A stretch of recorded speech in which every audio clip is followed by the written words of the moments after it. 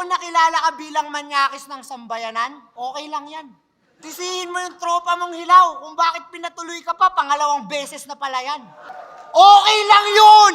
Yakapin mo yung bintang. Lalaki ka ba dang? Normal lang yan. May gawa-gawa lang societal norm, kaya ka nahusgahan. Kapag mayaman at gwapo, wala yang kaso.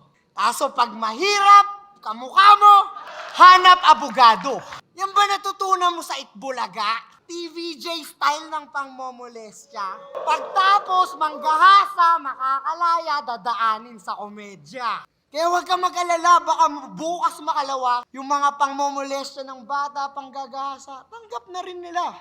Hindi yun malabo. Pagkat imbis ikondena, yung issue pinagtatawanan nyo pa. Kaya kayong mga natuwa sa sinabi ng maskara, nakakasuka. Nakita mo, di ka naiiba sa mga hayop na yan.